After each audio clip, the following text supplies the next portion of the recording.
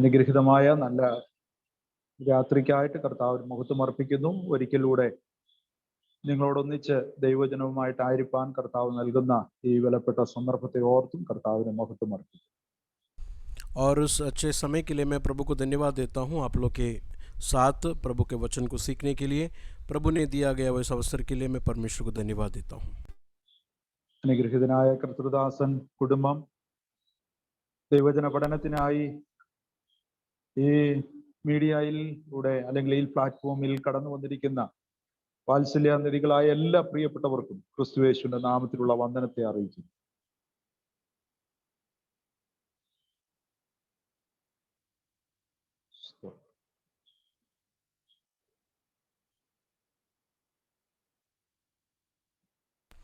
और इस मीटिंग में आए हुए तमाम भाई बहनों को और कलीसिया के लोगों को जल्द आने वाले यीशु मसीह का नाम का स्नेहवंदन देता हूँ. പ്രിയ പ്രസന്റ് പാസ്റ്ററേയും കുടുംബമായിട്ട് ഓർത്ത് സ്തോത്രം ചെയ്യുന്നു. അതുപോലെ പ്രിയ ഡാലി ആന്റി ഉണ്ട്, പ്രിയ ഗ്ലോറി, അതുപോലെ ഈ ദൈവജന പഠനത്തിനായി കടന്നു വന്ന എല്ലാവരെയും ഓർത്ത് കർത്താവിന് മഹത്വം അർപ്പിക്കുന്നു. നിങ്ങളെല്ലാവരെയും സർവശക്തനായ ദൈവം ധാരാളമായി അനുഗ്രഹിക്കുന്നു. प्रभु के दास को, उनके परिवार को, ग्लोरी सिस्टर परिवार को, सारे लोगों को जल्द आने वाले यीशु मसीह का नाम का स्नेहवंदन देता हूँ. ഇന്ത്യ രാജ്യത്തെ ഓർത്ത് നിങ്ങൾ ഏവരും പ്രാർത്ഥിക്കുന്നുണ്ട് എന്നറിയാം. പിന്നെയും ആത്മാർത്ഥമായിട്ട് പ്രാർത്ഥിക്കുക. നിരവധി ദൈവത്തിന്റെ ദാസന്മാർ, ദൈവമക്കൾ കോവിഡ് രോഗത്താൽ ലോകത്തിൽ നിന്ന് മാറ്റപ്പെടുന്നു. അവരുടെ കുടുംബങ്ങൾ, അവരുടെ തലമുറകളൊക്കെ വളരെ ഭാരമേറിയ അല്ലെങ്കിൽ അനാഥമാക്കപ്പെട്ട ഒരു സാഹചര്യത്തിലാണ് ആയിരിക്കുന്നത്. ദൈവത്തിൻ്റെതായ കരുതലുകൾ അവർക്ക് വേണ്ടി ദൈവം വെളിപ്പെടുത്തേണ്ടതിനായിട്ടും ആത്മാർത്ഥമായി പ്രാർത്ഥിക്കുന്നു. और आप लोग इंडिया के लिए प्रार्थना कर रहे हैं, मैं देख रहा हूँ, और आगे भी आप लोग प्रार्थना करें ताकि प्रभु का दया जो है भारत पर खुदावंद देने के लिए बहुत सारे परिवार जो हैं अनाथ हुए हैं और परमेश्वर लोगों के पर तरस खाने के लिए, रहम करने के लिए हम लोग प्रार्थना करेंगे. ഇപ്പോഴും നിരവധി ദൈവത്തിന്റെ ദാസന്മാരും ദൈവമക്കളും രോഗബാധിതരായി വളരെ കഷ്ടതയിൽ പ്രയാസകരമായ സാഹചര്യത്തിലൂടെ കടന്നുപോയിക്കൊണ്ടിരിക്കുന്നു. പ്രിയപ്പെട്ടവരുടെ വിടുതലിനായും ദൈവമക്കൾ ആത്മാർത്ഥമായി പ്രാർത്ഥിക്കുക. आज भी बहुत सारे लोग जो हैं अभी भी कोविड के कारण पीड़ित हैं, उनके लिए आप लोग प्रार्थना करना कर मैं आप लोग से दरख्वास्त करता हूँ. ദൈവജനത്തിന്റെ മുമ്പാകെ നമുക്കായിരിക്കാൻ കർത്താവ് നൽകുന്ന ഈ അവസരം ഏറ്റവും വിലപ്പെട്ടതാണ്. വളരെ ശ്രദ്ധയോടും പ്രാർത്ഥനയോടും കൂടെ ദൈവജനത്തിന്റെ മുമ്പാകെ നമുക്കായിരിക്കാം. और बड़े प्रार्थना के साथ जो है प्रभु के वचन के सामने हम आएंगे. ഗലാത്യ ലേഖനമാണല്ലോ നമ്മൾ പഠിക്കുവാനായിട്ട് തുടങ്ങിയിരിക്കുന്നത്. और गलातों की पत्री जो है हमने सीखने के लिए पिछले हफ्ते से शुरू किया था. ട്രാൻസ്ലേഷനും കൂടെ ഉൾപ്പെടുത്തിയുള്ള ഈ നിലയിൽ ദൈവജനം പങ്കുവെക്കുമ്പോൾ അതിൻ്റെതായ പരിമിതികൾ ഉണ്ട് എന്നുള്ളത് ഞാൻ മനസ്സിലാക്കുന്നു. और ट्रांसलेशन के साथ ये क्लास है, इसके लिए उसकी मुश्किलात उस वजह से है कर मैं जानता हूँ. ഹിന്ദി ഭാഷയിലുള്ളവർക്ക് അവരുടേതായ ഭാഷയിൽ മാത്രമായിട്ട് തുടർച്ചയായിട്ട് സംസാരിക്കുമ്പോൾ അവർക്കത് പെട്ടെന്ന് ഉൾക്കൊള്ളുവാനായിട്ട് കഴിയും. മലയാളത്തിൽ ഉള്ളവർ മലയാള ഭാഷയിൽ തന്നെ സംസാരിച്ചാൽ അത് അവർക്ക് സന്തോഷകരമായിരിക്കും. എന്നാൽ രണ്ട് ഭാഷയിലും ഉള്ളവരെ ഉൾക്കൊള്ളിച്ചുകൊണ്ടാണല്ലോ ഇങ്ങനെ നമ്മൾ ക്രമീകരണം ചെയ്തിരിക്കുന്നത്. और मलयालम लोगों को डायरेक्ट मलयालम में सुनेंगे तो उनको अच्छा लगता है. हिंदी भाई बहन लोग को भी ऐसी है, हिंदी में डायरेक्ट सुनेंगे तो उनको अच्छा लगता है. लेकिन हम लोग मिलकर आ रहे हैं और उसकी जो है लिमिटेशंस बहुत हैं, वो मैं जानता हूँ. എങ്കിലും ഈ ദൈവജന പഠനത്തിൽ നിങ്ങൾ കാണിക്കുന്ന ഉത്സാഹത്തെ ഓർത്ത് ഞാൻ ദൈവത്തെ സ്തുതിക്കുന്നു. लेकिन प्रभु के वचन के लिए जो आप देते हुए दिखाते हुए उस प्यास के लिए मैं प्रभु को धन्यवाद देता हूँ. ദൈവവചനമാണ് നമ്മെ നിലനിർത്തുന്നത്. ദൈവവചനമാണ് നമ്മുടെ ആത്മീയ ജീവിതത്തിന്റെ വളർച്ചയ്ക്ക് നിദാനമായിരിക്കുന്നത്. और प्रभु का वचन जो है आत्मिक जीवन के लिए बुनियाद है और हमारे आत्मिक जीवन की बढ़ाई के लिए, ग्रोथ के लिए भी प्रभु का वचन जो है कार्य करता है. നമ്മൾ തെറ്റിപ്പോകാതെ വിശ്വാസത്തിൽ ഉറച്ചു നിൽക്കാൻ നമ്മെ പര്യാപ്തമാക്കുന്നതും ദൈവവചനത്തിന്റെ പഠനമാണ്. और प्रभु के वचन की सीख जो है, शिक्षा जो है, हमें गलत में नहीं जाने के लिए, सही रास्ते पे हमें चलाने के लिए मार्गदर्शन है प्रभु का वचन का शिक्षा या स्टडी। നാം കഴിഞ്ഞ ഞായറാഴ്ച പഠിച്ചതുപോലെ വിവിധ തരത്തിലുള്ള തെറ്റായ ഉപദേശങ്ങൾ ഈ നാളുകളിലും കടന്നു വന്നുകൊണ്ടിരിക്കുമ്പോൾ ആ ഉപദേശത്തിൽ വീണു പോകാതെ സത്യ ഉപദേശത്തിൽ വചനത്തിൽ നിലനിൽക്കുവാൻ ദൈവവചന പഠനം വളരെ അത്യന്താപേക്ഷിതമാണ്. और हमें पता है कि आजकल के ज़माने में भी प्रभु का वचन को जो है उसको ट्विस्ट कर कर जो है गलत रीति से सिखाते हैं। और इस ज़माने में प्रभु का वचन का पढ़ाई, इस जो स्टडी जो है वो बहुत ही ज़रूरी आया है करके मैं समझता हूँ।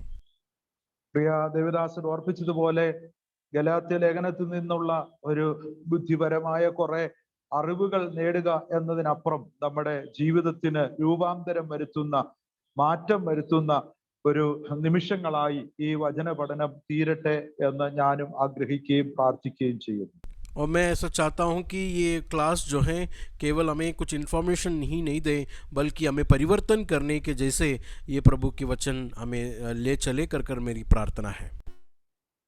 നമുക്ക് വേഗത്തിൽ ദൈവവചന പഠനത്തിലേക്ക് നമ്മുടെ ശ്രദ്ധയെ കൊണ്ടുപോകുവാൻ താല്പര്യപ്പെടുകയാണ്.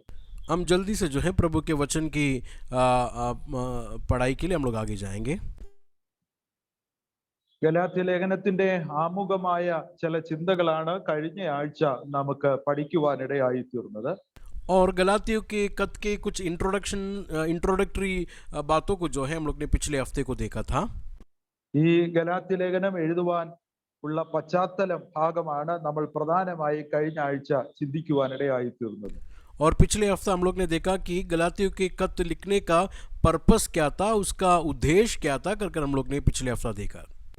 അപ്പോസ്തലനായ വിശുദ്ധ പൗലോസും തന്നോടൊപ്പമുള്ള സഹപ്രവർത്തകരും ഗലാത്യ പ്രദേശങ്ങളിൽ കടന്നു വന്ന് സുവിശേഷം പങ്കുവെച്ചത് നിമിത്തമായി ആ പ്രദേശങ്ങളിൽ പല സഭകൾ രൂപകൊള്ളുവാനിടയായി തീർന്നു. और पौलुस के मिशनरी यात्रा के पश्चात जो है वहाँ के एरियाज में बहुत सारे कलीसियाओं को पौलुस ने स्थापित किया कर हम लोग देखते हैं। എന്നാൽ താൻ അവിടുത്തെ പ്രവർത്തനം കഴിഞ്ഞതിന് ശേഷമായി മറ്റ് ചില ഇടങ്ങളിലേക്ക് പോയപ്പോൾ യഹൂദ മത അനുസാരികളായ അപ്പോസ്തോലന്മാരാൽ അയക്കപ്പെട്ടവരെന്നുള്ള വ്യാജേനെ ചിലർ കടന്നു വന്ന് തെറ്റായ ഉപദേശങ്ങൾ ആ സഭകളിൽ പഠിപ്പിക്കുവാനിടയായി തീർന്നു.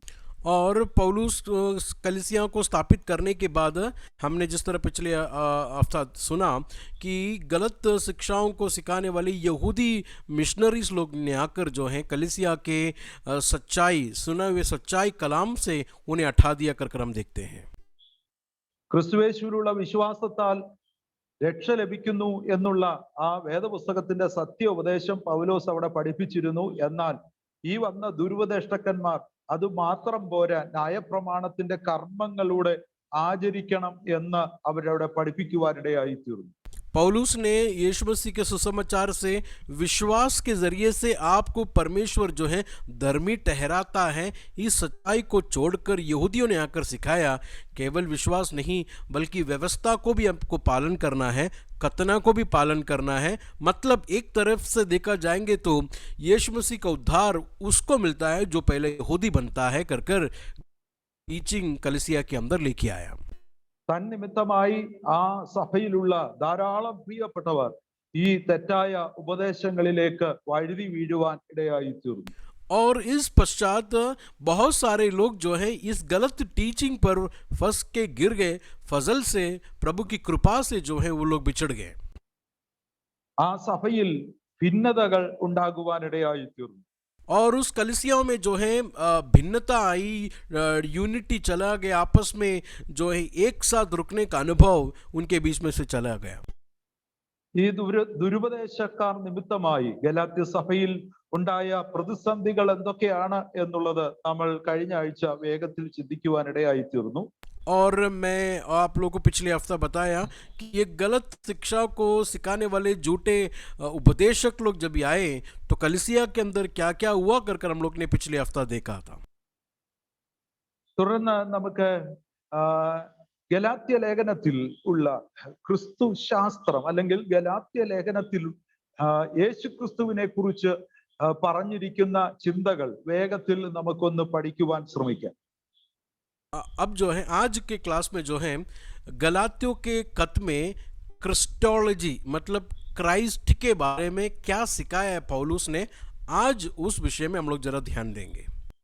ഗലാത്യ ലേഖനത്തിൽ യേശു ക്രിസ്തു എന്നുള്ള പേര് അല്ലെങ്കിൽ അതിന് സമാനമായ നാമങ്ങൾ 42 പ്രാവശ്യം ഈ ഗലാത്യ ലേഖനത്തിൽ നമുക്ക് കാണുവാൻ കഴിയുന്നുണ്ട്. गलातियों के खत में जो है यीशु मसीह का और यीशु मसीह के नाम के साथ मिलता जुलता हुआ टाइटल्स को या नाम को जो है 42 टाइम्स रिपीट किया कर हम लोग देखते हैं.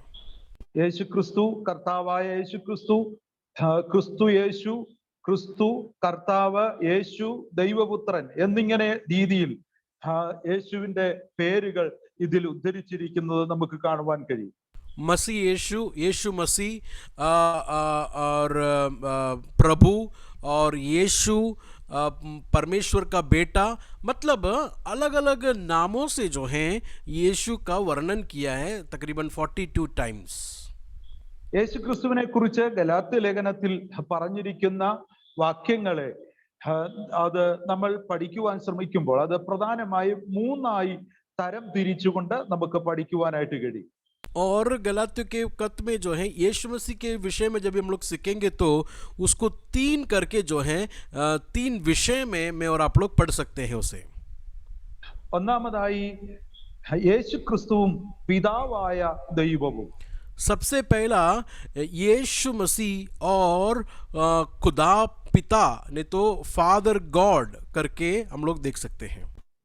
രണ്ടാമതായി യേശു ക്രിസ്തുവും രക്ഷയും എന്ന് നമുക്ക് മനസ്സിലാക്കാം. दूसरा जो है यीशु मसीह और उद्धार, सैल्वेशन, क्राइस्ट एंड सैल्वेशन करके हम लोग देख सकते हैं. മൂന്നാമതായി ക്രിസ്തുവും വിശ്വാസിയും എന്ന നിലകളിലും നമുക്ക് അതിനെ പഠിക്കുവാനായിട്ട് കഴിയും. और तीसरा जो है मसीह और विश्वासी, क्राइस्ट एंड बिलीवर करके हम लोग देख सकते हैं. ഞാൻ വളരെ ഇമ്പോർട്ടന്റ് കൊടുത്തുകൊണ്ട് പഠിപ്പിക്കുവാൻ അല്ലെങ്കിൽ നമ്മൾ ചിന്തിക്കുവാൻ താല്പര്യപ്പെടുന്നത് 3ാമത്തെ ഭാഗമാണ്. എന്നാൽ ആദ്യത്തെ 2 ഭാഗം നമുക്ക് ഓടിച്ച് ഒന്ന് പറഞ്ഞു പോകുവാൻ ഞാൻ താല്പര്യപ്പെടുകയാണ്. अपने क्लास में जो है मैं ये 3 पॉइंट में से तीसरा पॉइंट को जो है ज़्यादा जोर देने वाला हूँ, क्राइस्ट एंड बिलीवर, मसीह और विश्वासी. लेकिन पहला 2 पॉइंट को जो है हम लोग थोड़ा जल्द उसे देख लेंगे. ക്രിസ്തുവും പിതാവായ ദൈവവും എന്ന ആ ചിന്തയിൽ നമ്മൾ ഒന്നാമതായി മനസ്സിലാക്കുന്നത് യേശു ക്രിസ്തുവിനെ മരിച്ചവരുടെ ഇടയിൽ നിന്ന് ഉയർപ്പിച്ചത് പിതാവായ ദൈവമാണ് എന്ന് ഈ ഗലാത്യ ലേഖനം 1-ാം അധ്യായം 1-ാം വാക്യത്തിൽ നമ്മൾ കാണുന്നു. गलातियों के खत पहला अध्याय उसका पहला वचन में हम लोग देखते हैं कि मरे हुए में से यीशु मसीह को पिता परमेश्वर ने जिलाया कर हम लोग गलातियों के खत पहला अध्याय उसका पहला वचन में देखते हैं. ആ വാക്യം ഞാനൊന്ന് വായിക്കാം. മനുഷ്യരിൽ നിന്നല്ല, മനുഷ്യനാലുമല്ല, യേശു ക്രിസ്തുവിനാലും അവനെ മരിച്ചവരുടെ ഇടയിൽ നിന്ന് ഉയർപ്പിച്ച പിതാവായ ദൈവത്താലും അത്രേ അപ്പോസ്തലനായ പൗലോസും എന്ന് നമ്മൾ അവിടെ കാണുന്നു. देखिए वहां पर क्या लिखा है, पौलुस की जो ना मनुष्य की ओर से है और ना मनुष्य के द्वारा, वरन यीशु मसीह और परमेश्वर पिता के द्वारा जिसने उसको मरे हुए में से जिलाया प्रेरित है. तो वहां पर हम लोग देखते हैं कि पिता परमेश्वर ने यीशु मसीह को मरे हुए में से जिलाया. മരിച്ചവരുടെ ഇടയിൽ നിന്ന് ഉയർപ്പിച്ചത് പിതാവായ ദൈവമാണ്. तो मरे हुए में से जिलाया किसने? पिता परमेश्वर ने जिलाया कर वहां पर साफ वचन में हम लोग देखते हैं. ഈ 1-ാമത്തെ വാക്യം വായിച്ചതുകൊണ്ട് ഞാൻ അതിന്റെ ആരംഭ ഭാഗത്തെ ഒരു വിശദീകരണം കൂടെ ഒന്ന് പറഞ്ഞ് മുന്നോട്ട് പോകട്ടെ. पहला वचन हम लोग ने पढ़ा है, इसके लिए उसका थोड़ा डिटेल्स आपको बताकर मैं आगे जाता हूं. ഞാൻ കഴിഞ്ഞ ആഴ്ചയിൽ ഓർപ്പിച്ചു, ഈ ദുരുപദേഷ്ടക്കന്മാർ യേശു ക്രിസ്തുവിന്റെ അപ്പോസ്തലത്വത്തെ ചോദ്യം ചെയ്യുവാനായിട്ട് ഇടയായി തീർന്നു. मैंने आप लोग को पिछले हफ्ता कहा था कि ये जो झूठे टीचर्स हैं, यीशु मसीह का परमेश्वरता नहीं तो यीशु मसीह परमेश्वर है क्या, इसका सवाल जो है उठाने शुरू हो गए। അതുകൊണ്ട് തന്നെ ഇവിടെ പൗലോസ് അപ്പോസ്തലൻ ഈ ലേഖനം ആരംഭിക്കുമ്പോൾ തന്നെ അവരെ തെറ്റായി പഠിപ്പിച്ച ആ വിഷയത്തെ അവിടെ വ്യക്തമാക്കി അവർക്ക് നൽകി കൊടുത്തുകൊണ്ടാണ് താൻ ഈ ലേഖനം തുടങ്ങുന്നത് തന്നെ എന്ന് നമുക്ക് മനസ്സിലാക്കാം। इसके लिए जो झूठे लोगों ने या झूठे उपदेशक लोग ने आके सिखाया हुआ झूठी शिक्षाएं के विपरीत सच्चाई को जो है पौलुस कलीसिया को सिखाता हुआ शुरू करता हुआ हम लोग देख सकते हैं। ഈ ദുരുപദേഷ്ടന്മാർ അവിടെ പഠിപ്പിച്ചത് യേശുക്രിസ്തു തെരഞ്ഞെടുത്ത അല്ലെങ്കിൽ ദൈവം തെരഞ്ഞെടുത്ത ഒരു അപ്പോസ്തലൻ അല്ല പൗലോസ് എന്നാണ് അവരവിടെ പഠിപ്പിക്കുവാനിടയായി തീർന്നത്। लोगों ने क्या सिखाया कि यीशु मसीह ने चुना हुआ एक अपोस्टल नहीं है पौलुस करके, नहीं तो यीशु मसीह का अपोस्टल नहीं है पौलुस करके ये लोग ने सिखाना शुरू किया। അതുകൊണ്ട് തന്നെ ഈ ലേഖനത്തിൽ പൗലോസ് പറയുന്നത് തുടങ്ങുന്നത് ഇങ്ങനെയാണ്: എന്റെ അപ്പോസ്തലത്വം മനുഷ്യരിൽ നിന്നല്ല, മനുഷ്യനാലുമല്ല, അത് യേശുക്രിസ്തുവിൽ നിന്നും പിതാവായ ദൈവത്തിൽ നിന്നുമാണ് എനിക്ക് ലഭ്യമായത്। इसके लिए देखिए पौलुस गलातिया के कलीसिया को लिखने के वक्त क्या कहता है, अपने अपोस्टलशिप को, अपने प्रेरित उस ऑफिस को जो है डिफेंड करके कहता है कि मनुष्यों की ओर से नहीं और न मनुष्य के द्वारा मैं प्रेरित हूं। ഈ തെറ്റായ പഠിപ്പിക്കലുകൾ ആ ദുരുപദേഷ്ടന്മാർ അവിടെ വന്ന് പറഞ്ഞത് അപ്പോസ്തലനായ പൗലോസിനെ അപ്പോസ്തലത്വത്തിലേക്ക് തന്നെ തെരഞ്ഞെടുത്തത് അന്ത്യോക്യയിലുള്ള സഭയാണ്, അല്ലാതെ ദൈവമല്ല എന്ന് അവർ പറഞ്ഞു। उन लोग ने इस तरह सिखाया कि अपोस्टल पौलुस को प्रेरित जो है परमेश्वर ने नहीं बनाया, बल्कि अंत्योक्या की कलीसिया के कुछ लोगों ने जो है उनको अपोस्टल बनाया कर ये लोगों ने आकर सिखाया। മാത്രമല്ല പൗലോസിനെ ഈ ശുശ്രൂഷയ്ക്കായിട്ട് വേർതിരിച്ചത് അല്ലെങ്കിൽ തന്നെ നിയോഗിച്ചത് യേശുക്രിസ്തുവല്ല, അനന്യാസ് തന്റെ മേൽ കൈവച്ചത് കൊണ്ട് ആണ് താൻ ഈ ശുശ്രൂഷയ്ക്കായി ഇറങ്ങിയതെന്നും അവരവിടെ പഠിപ്പിക്കുവാനിടയായി തീർന്നു। और उन लोग ने ये भी सिखाया कि परमेश्वर ने नहीं उसके सर पर हाथ रखकर उसे प्रेरित बनाया, बल्कि अनन्यास करके एक डिसाइपल ने, एक चेले ने जो है पौलुस के सर के ऊपर हाथ रखकर जो है उसे जो है सेवकाई में डाला कर उन्होंने कहा। ദൈവവചനം പഠിക്കുന്ന നിങ്ങൾക്കറിയാം, ദമസ്കോസിൽ വെച്ച് ഉണ്ടായ ആ പടിവാതിക്കൽ വെച്ചുണ്ടായ ദർശനവും അനന്തരമായി കാഴ്ച നഷ്ടപ്പെട്ട് പൗലോസ് അല്ലെങ്കിൽ ശൗൽ ആയിരിക്കുന്ന സമയത്ത് അനനിയാസ് തനിക്ക് വേണ്ടി വന്ന് പ്രാർത്ഥിച്ചതായ ആ വിഷയത്തോടുള്ള ബന്ധത്തിലാണ് ഈ കാര്യം അവിടെ ഓർപ്പിക്കുവാനിടയായത്। आप लोग को वचन को जानते हैं किस तरह दमस्कोस के उस रास्ते पे परमेश्वर ने उसको पौलुस को गिराया, उस वक्त उसके आंखें रोशनी चली गई थी, तो अनन्यास ने आकर जो है उसके लिए प्रार्थना किया और बपतिस्मा दिया कर हम लोग वचन में पढ़ते हैं। എന്നാൽ പൗലോസ് ഇവിടെ പറയുന്നു, എന്റെ അപ്പോസ്തലത്വം അന്ത്യോക്യ സഭക്കാര് തന്നതല്ല, എന്റെ അപ്പോസ്തലത്വം അത് അനന്യാസിൽ നിന്ന് ലഭിച്ചതുമല്ല, അത് യേശുക്രിസ്തുവിൽ നിന്നും പിതാവായ ദൈവത്തിൽ നിന്നുമാണ് എനിക്ക് ലഭ്യമായത്। इसके लिए पौलुस यहाँ पर देखिए कितना क्लियरली कहता है कि मनुष्य के ओर से नहीं और मनुष्य के द्वारा नहीं मुझे प्रेरित किया, बल्कि परमेश्वर ने मुझे प्रेरित किया कर सबसे पहला वचन में हम लोग देख सकते हैं। അപ്പോസ്തലത്വത്തിന്റെ ഏറ്റവും പ്രധാന ലക്ഷണമായി പറയപ്പെട്ടിരുന്നത് അല്ലെങ്കിൽ പഠിപ്പിച്ചിരുന്നത് യേശുക്രിസ്തുവിനെ കണ്ടിരിക്കണം എന്നുള്ളതാണ്। और अपोस्टल अगर कोई कहना है तो, या कोई कहता है कि मैं प्रेरित हूं, सबसे पहला क्वालिटी उसके अंदर ये होना चाहिए, लोग कहते थे कि वो यीशु को डायरेक्टली देखा हुआ बंदा होना चाहिए, तो ही ये अपोस्टल या प्रेरित कह सकते हैं। എന്നാൽ പൗലോസ് അപ്പോസ്തലൻ പല ലേഖനങ്ങളിൽ പല ഇടങ്ങളിലായി താൻ യേശുക്രിസ്തുവിനെ കണ്ട കാര്യം വ്യക്തമായി രേഖപ്പെടുത്തിയിട്ടുണ്ട്। प्रभु के वचन को हम लोग गौर से पढ़ेंगे तो पौलुस यीशु मसीह को देखा है कर अलग अलग जगहों पर हम लोग व्यक्त रूप से पढ़ सकते हैं, फिजिकली नहीं बल्कि रूहानी तौर से यीशु को देखा है कर हम लोग क्लियरली देख सकते हैं। ദമസ്കോസിന്റെ പടിവാതിക്കൽ വെച്ച് യേശുക്രിസ്തുവിന്റെ ദർശനം താൻ കണ്ട കാര്യത്തെക്കുറിച്ച് താൻ വ്യക്തമാക്കുന്ന പല സന്ദർഭങ്ങൾ നമുക്ക് കാണുവാൻ കഴിയുന്നുണ്ട്. और उस दमस्कुस के रास्ते पर परमेश्वर को जो है उन्होंने क्लियरली दर्शन में देखा है कर कर क्लियरली हम लोग वचन से देख सकते हैं. അതിനാൽ തന്നെ പൗലോസ് ഇവിടെ സ്ഥാപിക്കുകയാണ്, ഞാൻ ദൈവത്താൽ തിരഞ്ഞെടുക്കപ്പെട്ട അപ്പോസ്തലനാണ്. इसके लिए पौलुस यहाँ पर कहता है कि मैं परमेश्वर का चुना गया हुआ प्रेरित हूं कर कर यहाँ पौलुस कहता है. ആ ചിന്തയിൽ നിന്ന് നമ്മൾ ഇപ്പൊ പഠിക്കാൻ തുടങ്ങിയ ആ ഭാഗത്തേക്ക് നമുക്ക് വേഗത്തിൽ മടങ്ങി വരാം. और हम लोग पढ़ने के लिए शुरू किया हुआ उस पोर्शन में हम लोग जरा लौट के आएंगे. ക്രിസ്തുവും പിതാവായ ദൈവവും और मसीह और पिता परमेश्वर, ये बंधन हम लोग सबसे पहले देख रहे हैं. യേശുക്രിസ്തുവിനെ മരിച്ചവരുടെ ഇടയിൽ നിന്ന് ഉയർപ്പിച്ചത് പിതാവായ ദൈവമാണ്. और यीशु मसीह को मुर्दों में से जिलाया पिता है. രണ്ടാമതായി 1-ാം അധ്യായം അതിന്റെ 3-ാം വാക്യത്തിൽ നാം കാണുന്നു. दूसरा जो है पहला अध्याय उसका 3रा वचन में हम लोग देखते हैं, യേശുക്രിസ്തു പിതാവിന്റെ ഇഷ്ടപ്രകാരമാണ് നമ്മുടെ പാപങ്ങൾ നിമിത്തം തന്നെത്താൻ ഏൽപ്പിച്ചു കൊടുത്തത് എന്ന് കാണുന്നു.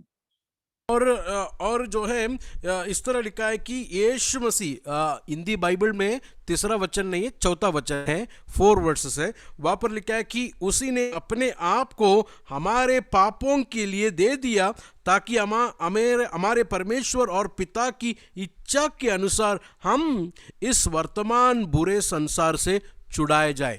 तो परमेश्वर पिता की इच्छा के अनुसार यीशु मसीह ने मरा अपने पापों के लिए कर वहां पर हम लोग 4था वचन में हिंदी बाइबल में देखते हैं. സങ്കീർത്തനത്തിൽ നാം ഇങ്ങനെ കാണുന്നുണ്ട്, നിന്റെ ഇഷ്ടം ചെയ്യാൻ ഞാൻ പ്രിയപ്പെടുന്നു. और भजन संगीता में हम लोग इस तरह पढ़ते हैं कि तेरी इच्छा करने के लिए मैं पसंद करता हूं कर हम लोग देख सकते हैं. ഈ യേശുവിനെ പിൻപറ്റുവാൻ ആഗ്രഹിക്കുന്ന എല്ലാവർക്കും ഇതൊരു മാതൃകയായി നിൽക്കുകയാണ്. और यीशु मसीह के अनुगामी नहीं तो यीशु मसीह के चेले यीशु के पीछे जो जाना चाहते हैं उसके लिए सबके लिए प्रभु ने रखा हुआ रास्ता देखिए कि परमेश्वर की मर्जी को जिस तरह यीशु ने पूरा किया वैसे ही यीशु के चेले भी परमेश्वर की मर्जी को पूरा करें. പിതാവിന്റെ ഇഷ്ടം എന്തു തന്നെ ആയാലും അത് നിവർത്തിക്കുവാൻ, അതിന് മുമ്പാകെ ഏൽപ്പിച്ചു കൊടുക്കാൻ പുത്രൻ തയ്യാറാകുന്നു. देखिए, पिता का जो मर्जी था वो कुछ भी होने दो, वो कैसा भी होने दो, उसके लिए बेटा तैयार था, पूरी तरह नम्र होकर उसको पूरा किया कर हम लोग देखते हैं. പാപികളായ മനുഷ്യവർഗത്തെ വീണ്ടെടുക്കുവാനായി പുത്രൻ തന്റെ ജീവനെ ബലിയായി നൽകിയത് പിതാവിന്റെ ഇഷ്ടപ്രകാരമായിരുന്നു. और पापियों को छुड़ाने के लिए परमेश्वर यीशु मसीह ने जो पिता के मर्जी को जो पूरा किया वो किसके लिए था? पाप के बलिदान के लिए, मेरे और आपके सब्स्टिट्यूट होकर उस सूली पर मरने के लिए पिता की मर्जी को बेटे ने पूरा किया. പ്രിയമുള്ളവരെ, പിതാവിന്റെ ഇഷ്ടപ്രകാരം സ്വന്തം ജീവനെ ബലിയായി നൽകാൻ പുത്രൻ തയ്യാറാകുന്നെങ്കിൽ അവനെ അനുഗമിക്കുന്ന നമ്മൾ നമ്മുടെ കർത്താവിന്റെ ഇഷ്ടം, നമ്മുടെ ദൈവത്തിന്റെ ഇഷ്ടം തിരിച്ചറിഞ്ഞ് അതിന് അനുസൃതമായി ജീവിക്കുവാൻ നാം എപ്പോഴും തയ്യാറായിരിക്കണം. देखिए, जिस तरह बेटे ने पिता के मर्जी को पूरा करने के लिए अपने आप को समर्पित किया है तो उसके पीछे जाने वाले चेले भी उसी तरह बाप के परमेश्वर के मर्जी को करने के लिए पूरी तरह समर्पित होने की आवश्यकता है. മൂന്നാമത്തെ ചിന്ത എന്ന് പറയുന്നത് 1-ാം അധ്യായം അതിന്റെ 6-ാം വാക്യം അതുപോലെ 15-16 വാക്യങ്ങളിലായി നമ്മൾ കാണുന്ന കാര്യമാണ്. और तीसरा चिंता जो मैं आप लोग के सामने लेके आ रहा हूं वो जो है पहला अध्याय का 6वां वचन, 15 वचन और 16 वचन में हम पाया जाता है. യേശുക്രിസ്തുവിന്റെ കൃപയിലേക്ക് നമ്മെ വിളിച്ചത് പിതാവായ ദൈവമാണ്. सबसे पहला यीशु मसीह के अनुग्रह में, नहीं तो यीशु मसीह के फजल में पिता ने मुझे और आप लोग को बुलाया है. അതെ, യേശുക്രിസ്തുവിന്റെ കൃപയിലേക്ക് പിതാവ് നമ്മെ വിളിച്ചു. ആ വിളി കേട്ടത് കൊണ്ടാണ് നാം ദൈവസഭയിലേക്ക് വരുവാനിടയായി തീർന്നത്. देखिए, आपको यीशु के अनुग्रह में, ग्रेस में किसने बुलाया? पिता ने बुलाया, इसके लिए मैं और आप लोग उस परमेश्वर की कलीसिया में हैं। सबसे पहला उन्होंने मुझे और आप लोग को बुलाया, पिता ने हमें बुलाया। ക്രിസ്ത്യ ജീവിതത്തിൽ വിളിക്ക് വളരെയേറെ പ്രാധാന്യമുണ്ട്. मसीह जीवन में जो है बुलावट को, वो बुलावट जो वर्ड है वो बहुत इंपॉर्टेंट है। അതിനാൽ തന്നെ വിളിയുമായി ബന്ധപ്പെട്ട ചില ചിന്തകൾ നമുക്ക് പിന്നാലെ ചിന്തിക്കുവാനായിട്ട് ഞാൻ താല്പര്യപ്പെടുന്നുണ്ട്. और बुलाहट, कॉलिंग के बारे में आगे के क्लासेस में जो है मैं गहराई में आप लोगों को बताऊंगा। സഭ എന്ന് പറയുന്നത് തന്നെ വിളിച്ച് വേർതിരിക്കപ്പെട്ടവരുടെ കൂട്ടമാണ്. और कलीसिया का मतलब ही क्या है? बुलाकर चुने हुए लोगों का इकट्ठा होने का जगह है। नहीं तो उस कलीसिया को इस तरह बताया गया, बुलाए हुए लोगों का झुंड है कलीसिया। ഒരു പ്രത്യേക ഉദ്ദേശത്തിനായി വിളിച്ച് വേർതിരിക്കപ്പെട്ടവരുടെ കൂട്ടം. और एक बड़े मकसद के लिए, एक खास मकसद के लिए परमेश्वर ने अलग कर बुलाया गया हुआ झुंड का नाम है कलीसिया।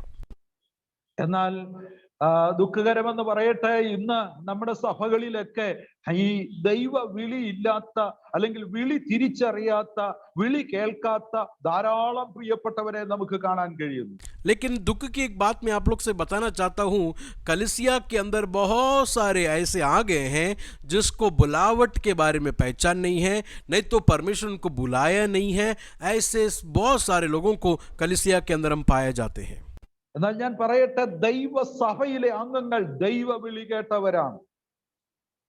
लेकिन मैं आप लोग से बताना चाहता हूं कि कलीसिया के हर एक लोग जो हैं प्रभु के बुलावट को सुनकर उस बुलावट में आए हुए लोग हैं। कलीसिया के हर एक लोग എന്തെങ്കിലും ഭൗതിക നേട്ടങ്ങൾ ലഭ്യമാകുമെന്ന് കരുതി ഈ ഒരു പ്രസ്ഥാനത്തിൽ നിന്ന്, ഒരു സമുദായത്തിൽ നിന്ന് മറ്റൊരു സമുദായത്തിലേക്ക് മാറി വരുന്നതല്ല ആമേൻ യഥാർത്ഥത്തിലുള്ള മാനസാന്തരം എന്ന് പറയുന്നത്. सच में रिपेंटेंस नहीं तो सच में तौबा जो है, पश्चाताप जो है, कोई दूसरी जगह से इस तरफ आ गया या कुछ पाने के लिए आ गया, ये नहीं है। सच में देखा जाएगा तो पश्चाताप। മറ്റൊരു കൂട്ടർ ഏതെങ്കിലും ഒരിടത്ത് പ്രശ്നം ഉണ്ടാകുമ്പോൾ അവിടെ നിന്ന് മാറി മറ്റ് സഭയിലേക്ക്, അല്ലെങ്കിൽ വേർപെട്ട എന്ന് പറയുന്ന സഭയിലേക്ക് കടന്നു വരുന്നത് ഞാൻ കണ്ടിട്ടുണ്ട്. मैंने बहुत लोगों को देखा है कि एक जगह पे प्रॉब्लम था, इसलिए वो कलीसिया को छोड़कर जो उधर प्रॉब्लम नहीं उधर आ गए। तो प्रॉब्लम को छोड़कर आना ये नहीं है पश्चाताप हो गया या परमेश्वर हमें बुलाया उसका निशानी। മറ്റൊന്ന്, ഞാൻ കഴിഞ്ഞ ആഴ്ചയിൽ ഓർപ്പിച്ചതുപോലെ ദൈവ മക്കളുടെ ഭവനത്തിൽ ജനിച്ചു വളർന്നതുകൊണ്ട് അവർ സ്വാഭാവികമായിട്ടും സഭയിലേക്ക് കടന്നു വരുന്നു. जिस तरह पिछले हफ्ता कहा कि कुछ लोग जो है मसीह परिवार में पैदा होते हैं तो उनका माँ बाप चर्च में जाता है, तो वो बच्चे भी जो हैं चर्च में जुड़ जाते हैं। ऐसा बायोलॉजिकली चर्च के अंदर जुड़े हुए आए हुए बहुत सारे लोग हैं। ഞാൻ ഓർപ്പിക്കട്ടെ, ഈ പറയപ്പെടുന്നവർ മിക്കവാറും പേരും യഥാർത്ഥത്തിൽ ദൈവവിളി കേട്ടവരല്ല. लेकिन मैं आप लोग से बात करना चाहता हूँ, ऐसा एक जगह पे प्रॉब्लम था, चलो इस तरफ जाते हैं, या कुछ पाने के लिए आ जाते हैं, या बायोलॉजिकली उनके माँ बाप क्रिश्चियन लोग थे या मसीह लोग थे, इसके लिए चर्च में आए हैं। ये लोग सब लोग प्रभु के बुलाए हुए लोग नहीं हैं, प्रभु का बुलाहट उनके जीवन में नहीं आया है। അതിശയം എന്ന് പറയട്ടെ, വിശ്വാസികളുടെ സമൂഹത്തിൽ മാത്രമല്ല, ശുശ്രൂഷകന്മാരിൽ പോലും ദൈവവിളിയില്ലാത്ത, ശുശ്രൂഷയ്ക്ക് വിളിയില്ലാത്ത ധാരാളം പേർ ഇന്ന് നമുക്ക് കാണുവാൻ കഴിയുന്നുണ്ട്. आप लोग सोचते होंगे कि खाली ये चर्च के अंदर विश्वासियों के बारे में मैं बोल रहा हूँ, ऐसा नहीं है। प्रभु के बुलावट के बिना उतरे हुए बहुत सारे खादिम लोग हैं, बहुत सारे प्रभु के दास लोग हैं जो प्रभु ने उनको ये काम के लिए बुलाया ही नहीं है। നേട്ടങ്ങൾ പ്രതീക്ഷിച്ചുകൊണ്ട് അനേകർ ഇന്ന് സഭകളിലേക്ക് കടന്നു വരുന്നത് നമുക്ക് കാണുവാൻ കഴിയുന്നുണ്ട്. और कुछ ना कुछ मन के अंदर एजेंडा को रखकर जो है सेवकाई में उतरे हुए बहुत सारे लोगों को हम लोग देख सकते हैं। എന്നാൽ ഓരോ ദൈവമക്കളും, യഥാർത്ഥ ദൈവമക്കൾക്ക് ഒരു ഉത്തമ ബോധ്യം ഉണ്ടായിരിക്കണം, എന്നെ ദൈവം വിളിച്ചതാണ്. लेकिन हर एक प्रभु के लोगों को एक बात की पक्का मन में ये होना है, निश्चय होना है कि वाकई में सच में प्रभु ने मुझे बुलाया है। പാസ്റ്റർ വിളിച്ചിട്ടല്ല ഞാൻ ഈ സഭയിൽ വന്നിരിക്കുന്നത്. पास्टर ने बुलाया इसके लिए नहीं मैं कलीसिया में आया हूँ। സഭയിലെ ഏതെങ്കിലും കൂട്ടുവിശ്വാസി വിളിച്ചത് കൊണ്ട് സഭയിൽ വന്നതല്ല. क्या किसी ने मुझे कलीसिया में बुलाया इसके लिए मैं आया हूँ, वैसा नहीं है. നമ്മുടെ വീട്ടിലുള്ള ആരെങ്കിലും നിർബന്ധം കൊണ്ട് നമ്മൾ സഭയിൽ വന്നതല്ല. या कलीसिया घर के अंदर किसी ने प्रेशर किया इसके लिए मैं नहीं आया हूँ कलीसिया में. പ്രത്യുത ദൈവം നമ്മെ വിളിച്ചു എന്നുള്ള ആ ഉത്തമ ബോധ്യം നമുക്കുണ്ടാകണം. लेकिन प्रभु ने मुझे और आप लोग को बुलाया, ये अच्छा पक्का निश्चय हमारे मन के अंदर होने की आवश्यकता है. ആ ഒരു ഉറപ്പ് പ്രാപിച്ചവർ ഏത് പ്രതിസന്ധികൾ വന്നാലും അവർ പിന്മാറിപ്പോകയില്ല. पक्का हो गए वे लोगों को उनके जीवन में कितना भी परिस्थिति आए वो लोग कभी डगमगाएंगे नहीं. അടുത്ത ചിന്തയിലേക്ക് നമുക്ക് വേഗത്തിൽ പോകാം. അടുത്ത ചിന്ത അതിൽ 1-ാം അധ്യായം 16-ാം വാക്യത്തിലാണ് നമ്മൾ കാണുന്നത്. और चौथा चिंता जो है पिता और यीशु मसीह के विषय में 16 अध्याय में देख सकते हैं. गलातियों के खत 1 अध्याय उसका 16 वचन में പുത്രനെ നമ്മിൽ വെളിപ്പെടുത്തുവാൻ പിതാവിന് പ്രസാദമായി. देखिए वहां पर 16 वचन में क्या लिखा है कि जब इच्छा हुई कि मुझ में अपने पुत्र को प्रकट करे, तो पिता का इच्छा क्या था कि पुत्र को हमारे अंदर प्रकट करने के लिए. പുത്രനെ നമ്മിൽ വെളിപ്പെടുത്തുവാൻ അത് പിതാവിന് പ്രസാദമായി. और पुत्र को हमारे अंदर प्रकट करने के लिए पिता को इच्छा हुआ कर 16 वचन में हम लोग देखते हैं. കഴിഞ്ഞ ആഴ്ചയിൽ നമ്മൾ അതുമായി ബന്ധപ്പെട്ട ചില ചിന്തകൾ പറഞ്ഞു പോയതാണ്. और पिछले हफ्ता जो है हम लोग ने उसकी चिंताओं को जो है थोड़ा करीब से देखा था. അതുകൊണ്ട് തന്നെ അടുത്ത ചിന്തയിലേക്ക് പോകാം. 4-ാം അധ്യായം 4-ാം വാക്യം.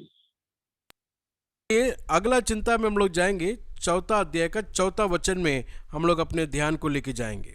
പിതാവായ ദൈവം തന്റെ പുത്രനെ നിയോഗിച്ചയച്ചു എന്നാണ് നമ്മൾ അവിടെ കാണുന്നത്. देखिए 4 अध्याय का 4 वचन में क्या लिखा है कि परंतु जब समय पूरा हुआ तो परमेश्वर ने अपने पुत्र को भेजा कर हम लोग देखते हैं. അപ്പോൾ പിതാവ് നിയോഗിച്ച് പുത്രനെ ഈ ലോകത്തിലേക്ക് അയച്ചു. और पांचवा चिंता क्या है कि पिता ने पुत्र को जो है इस धरती पर भेजा, प्लान के साथ, पर्पस के साथ जो है भेजा है कर हम लोग देखते हैं. ദൈവത്തിന്റെ നിയോഗം പുത്രൻ സ്വയമായി അല്ലെങ്കിൽ സന്തോഷത്തോടെ അംഗീകരിച്ചു, അല്ലെങ്കിൽ അത് ഏറ്റെടുത്തു എന്ന് നമുക്ക് കാണുവാൻ കഴിയുന്നു. और पिता के इच्छा को, मर्जी को जो है बेटे ने पूरी तरह लेकर उस मर्जी को पूरा करने के लिए बेटे ने इस धरती पर आया कर हम लोग देखते हैं. അതെ പ്രിയമുള്ളവരെ, ദൈവത്തിന്റെ നിയോഗത്തിന്റെ മുമ്പാകെ നമ്മെ തന്നെ സമർപ്പിക്കുവാൻ നമ്മൾ ഓരോരുത്തരും തയ്യാറാകണം. मैं और आप लोग यीशु के जैसा प्रभु के उस इच्छा के लिए या करने के लिए हम अपने आप को परमेश्वर के हाथ में समर्पित करें. അടുത്ത ചിന്തയിലേക്ക് നമുക്ക് വേഗത്തിൽ പോകാം.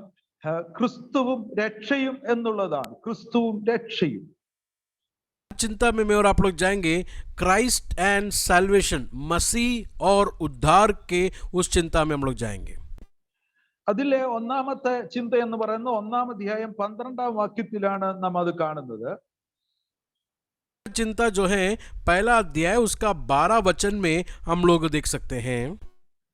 രക്ഷയ്ക്കായുള്ള സുവിശേഷം ക്രിസ്തുവിൽ നിന്ന് ഞാൻ പ്രാപിച്ചു എന്ന് അവിടെ കാണും. देखिए वहां पर क्या लिखा है, क्योंकि वह मुझे मनुष्य की ओर से नहीं पहुंचा और ना मुझे सिखाया गया, पर यीशु मसीह के प्रकाश से मिला कर हम लोग देखते हैं. സുവിശേഷം യേശു ക്രിസ്തുവിൻ്റെതാണ്.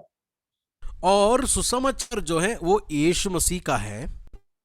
മറ്റൊരു രീതിയിൽ പറഞ്ഞാൽ യഥാർത്ഥ സുവിശേഷം എന്ന് പറയുന്നത് യേശു ക്രിസ്തുവാണ്.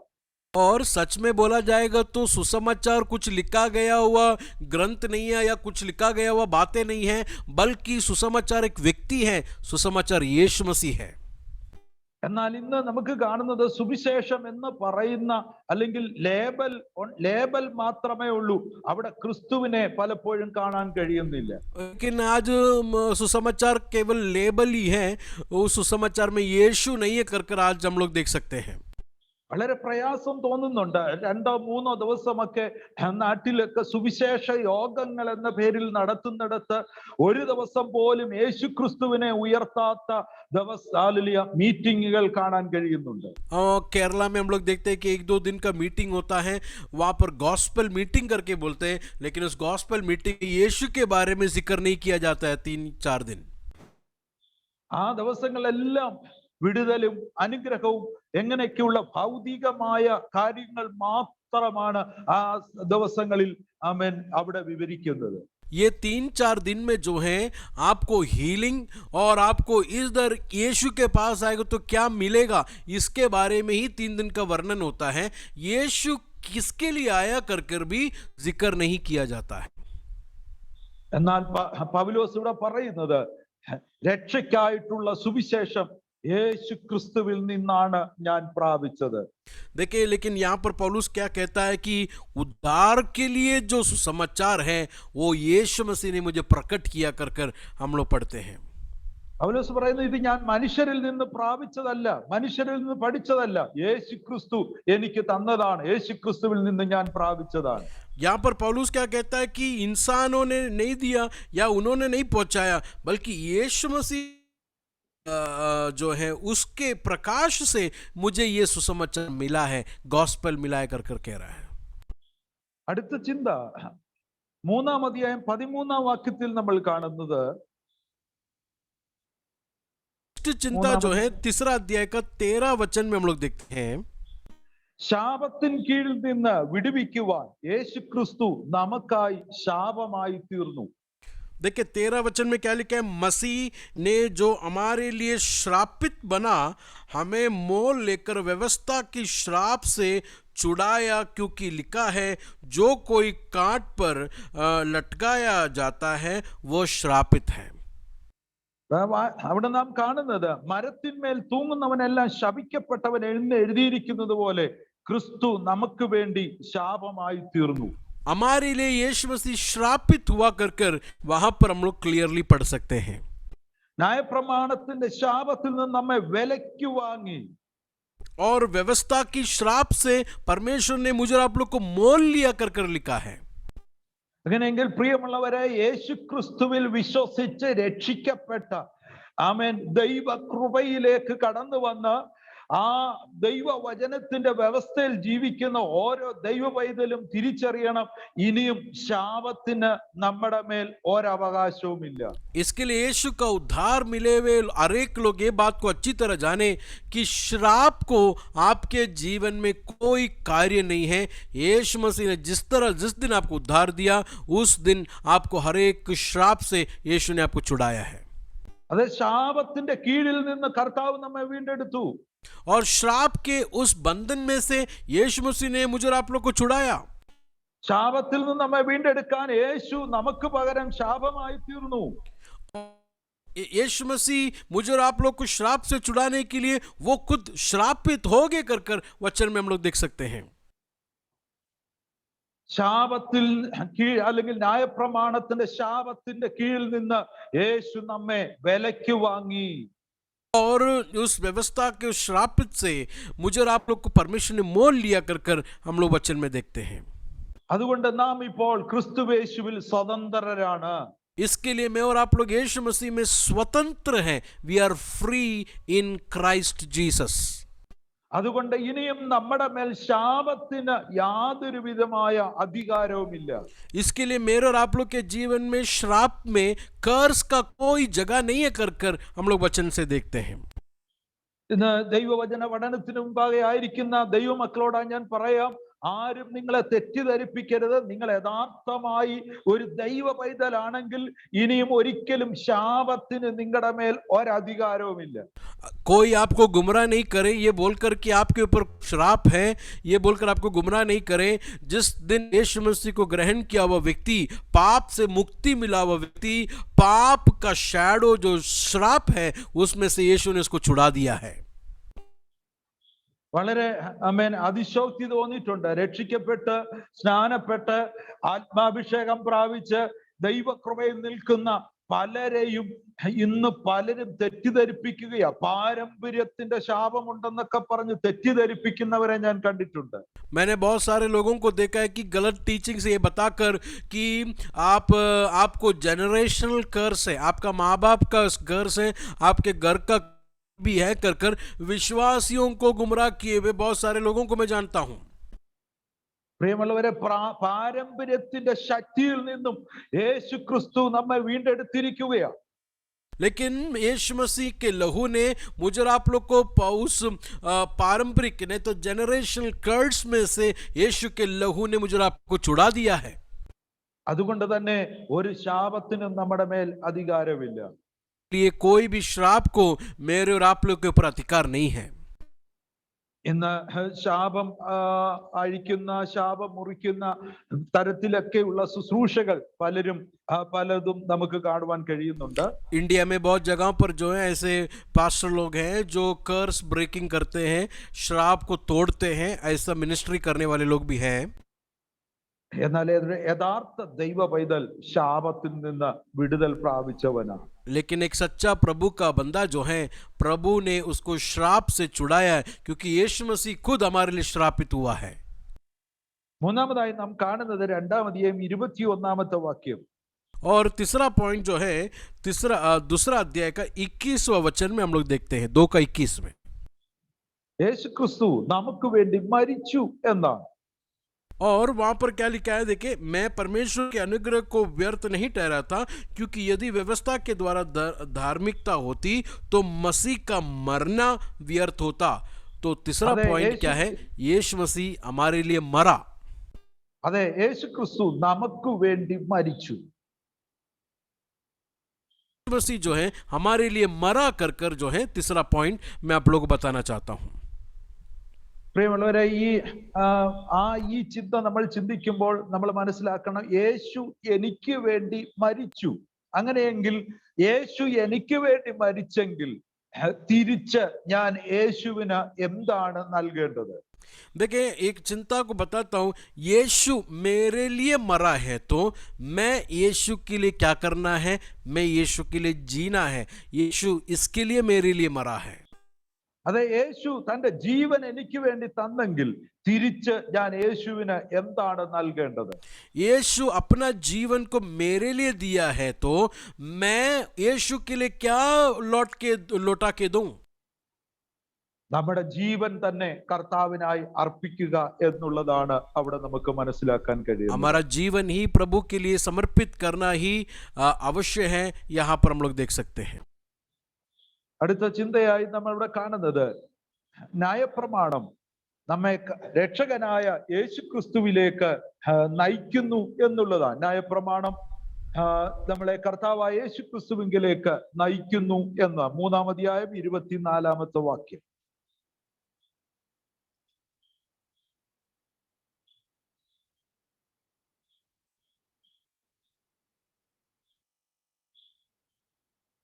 അങ്ങനെ നാം വിശ്വാസത്താൽ നീതീകരിക്കപ്പെടേണ്ടതിന് ന്യായപ്രമാണം ക്രിസ്തുവിന്റെ അടുക്കലേക്ക് നടത്തുവാൻ നമുക്ക് ശിശുപാലകനായി ഭവിച്ചു എന്ന് നമ്മൾ കാണുന്നു. देखिए, चौथा पॉइंट में क्या लिखा है कि व्यवस्था जो है हमें मसीह की ओर लीड करता है। तो 3:24 में हम लोग ये देखते हैं कि इसके लिए व्यवस्था मसीह तक पहुंचाने को हमारा शिक्षक हुई है कि वह विश्वास से धर्मी ठहरे। तो वहां पर व्यवस्था को शिक्षक के रूप में, टीचर के रूप में बताया है, जो हमें यीशु की ओर लीड करता है, पहुंचाता है। ന്യായപ്രമാണം നമുക്ക് പാപബോധം നൽകുന്നു. और ये व्यवस्था जो है हमें पाप के बारे में समझ को देता है। എന്നാൽ പാപമുക്തി നൽകാൻ ന്യായപ്രമാണത്തിന് കഴിയുകയില്ല. लेकिन ये व्यवस्था को एक समस्या है, पाप से मुक्ति हमें नहीं दे सकता। അതുകൊണ്ട് തന്നെ ന്യായപ്രമാണം പാപമോചനം നൽകുന്ന രക്ഷകനിലേക്ക് അത് വഴികാട്ടിയായി തീരുന്നു. इसके लिए जो व्यवस्था जो है पाप से मुक्ति देने के लिए यीशु के पास मुझे और आप लोग को पहुंचाता है। यही यहां पर पौलुस कहता है। സമയം പോകുന്നതുകൊണ്ട് ഞാൻ പ്രധാനമായ അടുത്ത ഭാഗത്തിലേക്ക് ഓടി വരട്ടെ. समय अपने सामने जा रहा है, इसके लिए मैं नेक्स्ट इंपॉर्टेंट बात में आपका ध्यान को लेके आता हूं। ക്രിസ്തുവും വിശ്വാസിയും എന്നുള്ളതാണ്. नेक्स्ट मेन पॉइंट जो है क्राइस्ट एंड बिलीवर, विश्वासी और मसीह के बारे में हम लोग देखते हैं. അതിന്റെ ആദ്യ ഭാഗം നമ്മൾ കഴിഞ്ഞ ആഴ്ചയിൽ അതിന്റെ അവസാന ഭാഗം നമ്മൾ ചിന്തിക്കുവാനിടയായി തീർന്നു. मैं और आप लोग ने उसके फर्स्ट पोर्शन को जो है पिछले हफ्ता थोड़ा हम लोग ने ध्यान दिया था.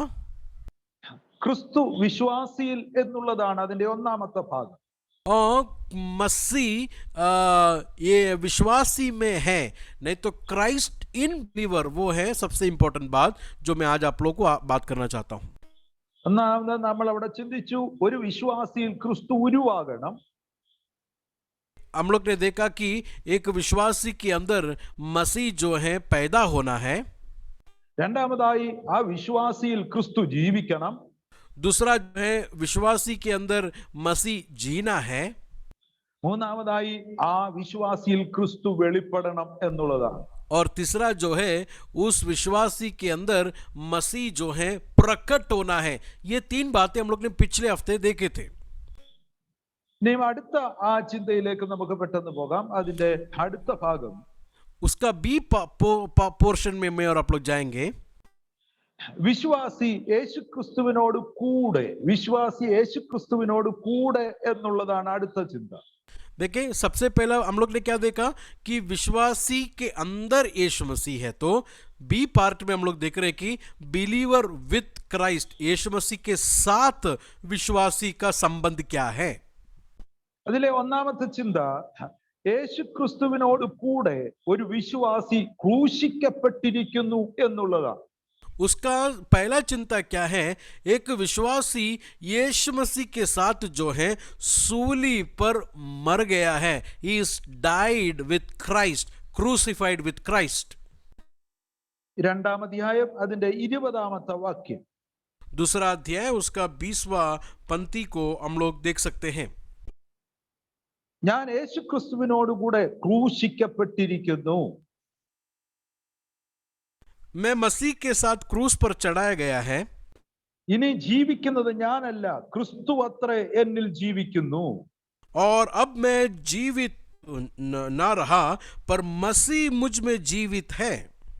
ഇപ്പോൾ ഞാൻ ജഡത്തിൽ ജീവിക്കുന്നതോ എന്നെ സ്നേഹിച്ച് എനിക്ക് വേണ്ടി തന്നെത്താൻ ഏൽപ്പിച്ചു കൊടുത്ത ദൈവപുത്രങ്കലുള്ള വിശ്വാസത്താൽ അത്രേ ജീവിക്കുന്നത്. और मैं शरीर में अब जो जीवित हूं तो केवल उस विश्वास से जीवित हूं जो परमेश्वर के पुत्र पर है, जिसने मुझसे प्रेम किया और मेरे लिए अपने आप को दे दिया.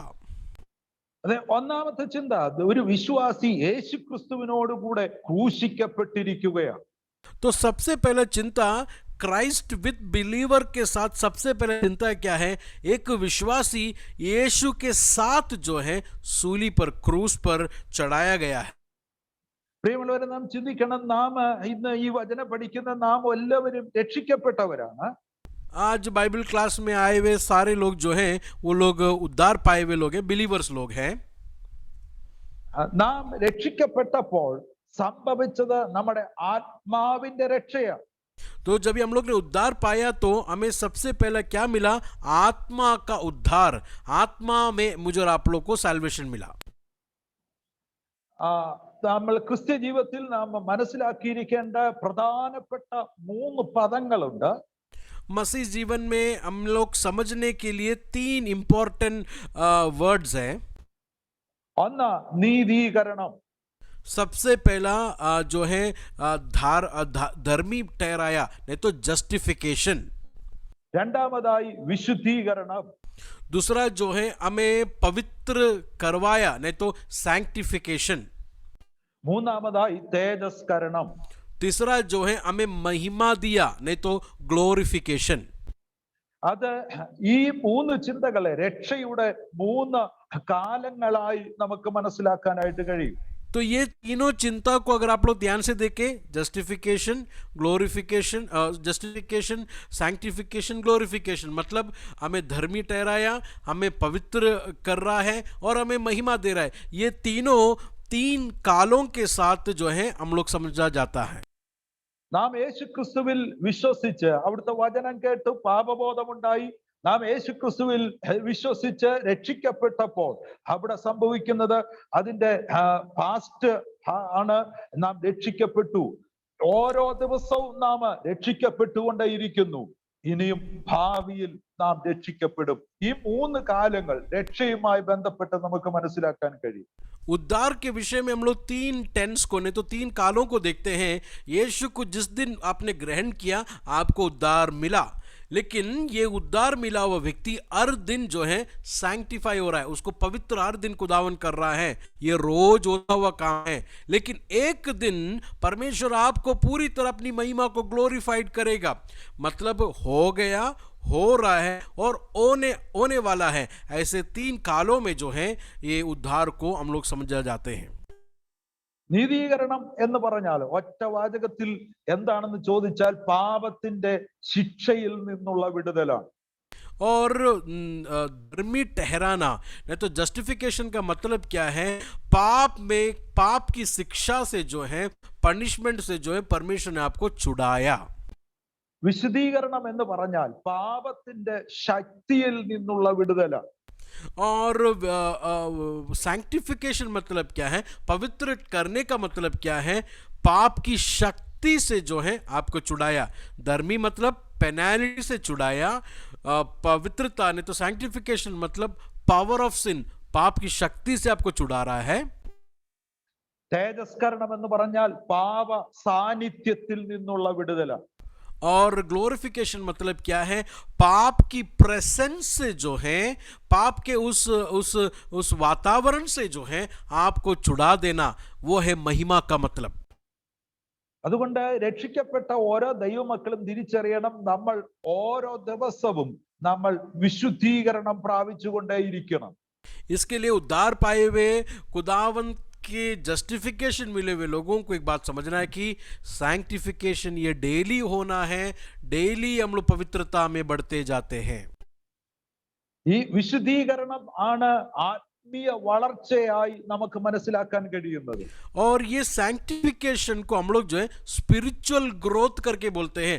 आत्मिक जीवन में हम लोग बढ़ रहे हैं. कैसा मालूम पड़ता है? पवित्रता में हर दिन हम लोग बढ़ते हैं, तब हमें पता चलता है कि आदमी बढ़ता जा रहा है आत्मिक जीवन में. ഞാൻ പറഞ്ഞു, രക്ഷിക്കപ്പെട്ടപ്പോൾ നമ്മുടെ ആത്മാവിന്റെ രക്ഷയാണ് സംഭവിച്ചത്. जब भी हम लोग ने उद्धार पाया तो हमें आत्मा में उद्धार मिला. मैंने आप लोग कहा രക്ഷിക്കപ്പെട്ട നാം പിന്നെയും ജീവിക്കുന്നത് ഈ ജഡശരീരത്തിലാണ്.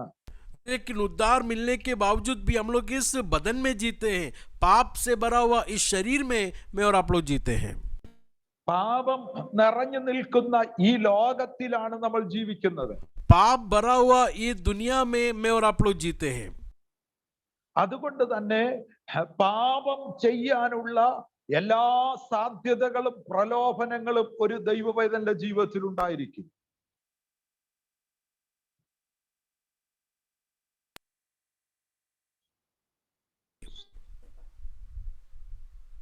पाप करने के लिए जो है हम प्रेरित होंगे, क्योंकि पाप का शरीर में और आप लोग जीते हैं. യഥാർത്ഥത്തിലുള്ള ആത്മീയ പോരാട്ടം എന്ന് പറയുന്നത് അകത്തെ ആത്മീയ മനുഷ്യനും പുറത്തെ ജഡ മനുഷ്യനും തമ്മിലുള്ളതാണ്. देखिए, सच में एक आत्मिक लड़ाई जो है, स्पिरिचुअल वारफेयर क्या है?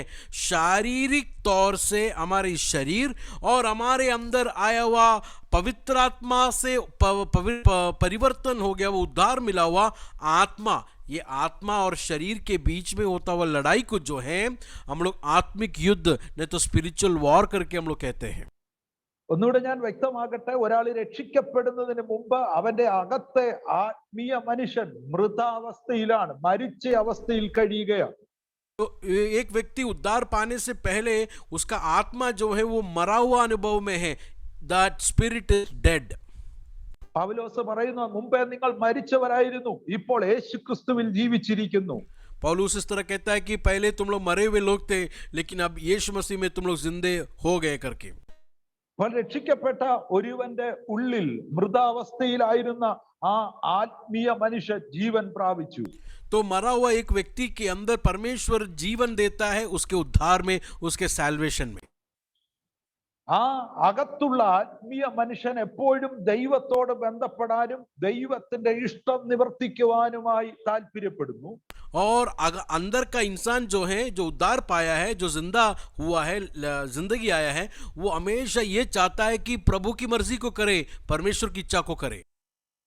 അപ്പോൾ തന്നെ പുറമേ ഉള്ള ജഡമനുഷ്യൻ ആ അതിന് ലോകത്തിന്റെ സിസ്റ്റത്തിനനുസരിച്ച് പോകാൻ, ലോകത്തിന്റെ ഇഷ്ടമനുസരിച്ച് പോകാൻ ഈ ജഡമനുഷ്യൻ വെമ്പൽ കൊല്ലുന്നു. लेकिन अंदर का मनुष्य ऊपर की बातें सोचता है, तो ये जो शरीर जो है इधर की बातें को सोचता है, इधर की इच्छा को करने के लिए वो चाहता है। ഇതാണ് ഒരു വലിയ പോരാട്ടം എന്ന് പറയുന്നത്. इसी को मैं और आप लोग कहते हैं कि एक बड़ा आत्मिक युद्ध जो है यहाँ पर हो रहा है। അകത്തെ മനുഷ്യൻ ദൈവത്തോട് ബന്ധപ്പെടാൻ ആഗ്രഹിക്കുന്നു. अंदर का मनुष्य परमेश्वर को चाहता है, परमेश्वर की इच्छा को करना चाहता है। അപ്പോൾ തന്നെ പുറമേ ഉള്ള മനുഷ്യൻ ലോകത്തിന്റെ ഇഷ്ടമനുസരിച്ച് പോകാൻ താല്പര്യപ്പെടുന്നു. तब बाहर का इंसान, बाहर का ये शरीर जो है बाहर की दुनिया की इच्छा को करने के लिए चाहता है। ജഡത്തിന് സന്തോഷം തരുന്നത് കാണാനും കേൾക്കാനും പറയാനും ആമേൻ ചെയ്യാനും എല്ലാം അത് താല്പര്യപ്പെടുകയാണ്.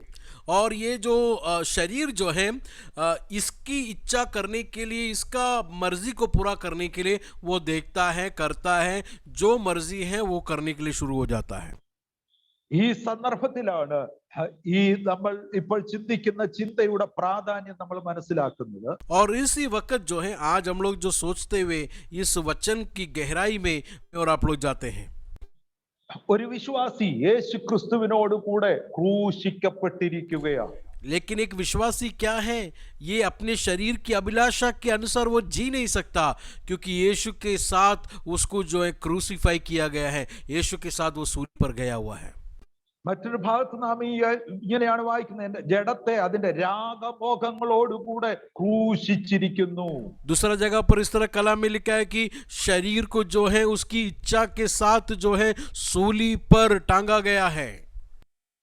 അതെ, ഒരു വിശ്വാസി അവന്റെ ജഡമനുഷ്യനെ യേശു ക്രിസ്തുവിനോടുകൂടെ ക്രൂശിച്ചവനായിരിക്കണം. और एक विश्वासी जो है उसका शरीर का जो पैशन है ना, उसका जो पाप का ये शरीर का जो इच्छा है, वो यीशु के साथ सूली पर मार दिया गया वो अनुभव उसका हर दिन होना चाहिए। ഇവിടെ പൗലോസ് പറയുന്നത്, ഞാൻ ക്രിസ്തുവിനോട് ക്രൂശിക്കപ്പെട്ടിരിക്കുന്നു, അതുകൊണ്ട് ഇനി ജീവിക്കുന്നത് ഞാനല്ല, ക്രിസ്തു അത്രേ എന്നിൽ ജീവിക്കുന്നത്. देखिए पौलुस यहाँ पर क्या कहता है कि मैं यीशु के साथ सूली पर लटकाया गया हूँ, इसलिए मैं नहीं बल्कि यीशु मुझ में जीवित है कर कर पौलुस कहता है। അതെ, നമ്മുടെ കണ്ണ് യേശു ക്രിസ്തുവിനോട് കൂടെ ക്രൂശിക്കണം.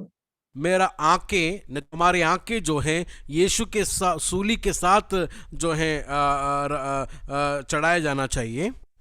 നമ്മുടെ കയ്യിൽ എല്ലാ സ്മാർട്ട് ഫോൺ ഉണ്ട്. हमारे हाथों में सारे स्मार्टफोन्स हैं ഇതിന്റെ അകത്ത് എന്തും വേണമെങ്കിലും നമുക്ക് കാണാം. और इसके अंदर हम लोग कुछ भी देख सकते हैं। പക്ഷേ അത് ആ ഫോൺ കയ്യിലെടുക്കുമ്പോൾ ഓരോ വിശ്വാസിയും തിരിച്ചറിയണം, ഞാൻ ക്രിസ്തുവിനോടുകൂടെ ക്രൂശിക്കപ്പെട്ടവനാണ്. और वो फोन जब इस्तेमाल करते हैं तो हम ये बात समझना चाहिए कि मैं यीशु के साथ जो है सूली पर चढ़ाया गया है। അതെ, ഏത് കാര്യത്തിന് നാം മുതിരുമ്പോഴും നമ്മൾ തിരിച്ചറിയണം, ഞാൻ ക്രിസ്തുവിനോടുകൂടെ ക്രൂശിക്കപ്പെട്ടവനാണ്. हम लोग कुछ भी करने के लिए जाए, एक बात हमें पक्का तरह मालूम होना चाहिए कि हम लोग मसीह के साथ जो है सूली पर चढ़ाया गया है करके। അതെ, ലോക മനുഷ്യൻ ചെയ്യുന്നത് പോലെ, ലോക മനുഷ്യൻ പറയുന്നത് പോലെ, ലോക മനുഷ്യൻ പോകുന്നത് പോലെ പോകാൻ നമുക്ക് കഴിയില്ല. നാം യേശു ക്രിസ്തുവിനോടുകൂടെ ക്രൂശിക്കപ്പെട്ടവരാണ്. लोगों के जैसा, दुनिया के जैसा मैं और आप लोग नहीं जा सकते, क्योंकि मसीह के साथ मुझे और आप लोग को गाड़ा या लटकाया गया है। ഈ ഒരു ബോധ്യം ഓരോ ദൈവവൈതലിന്റെ ജീവിതത്തിൽ എപ്പോഴും ഉണ്ടായിരിക്കണം. ये एक समझ हर एक विश्वासी के अंदर हमेशा होने की आवश्यकता है। അതെ പ്രിയമുള്ളവരെ, ജഡത്തിന്റെ പ്രവർത്തികൾ നമ്മിൽ ഉയരുമ്പോൾ നമ്മൾ ആ പ്രവർത്തികളെ യേശു ക്രിസ്തുവിനോടുകൂടെ ക്രൂശിക്കാൻ വേണ്ടി നാം ദൈവസന്നിധിയിൽ പ്രാർത്ഥിക്കുവാനും ഉപവസിക്കുവാനും തയ്യാറാകണം.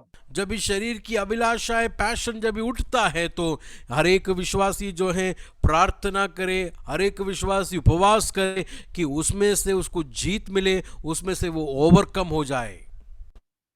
സമയം പോകുന്നല്ലോ, ഞാൻ വേഗത്തിൽ പറഞ്ഞു പോകട്ടെ.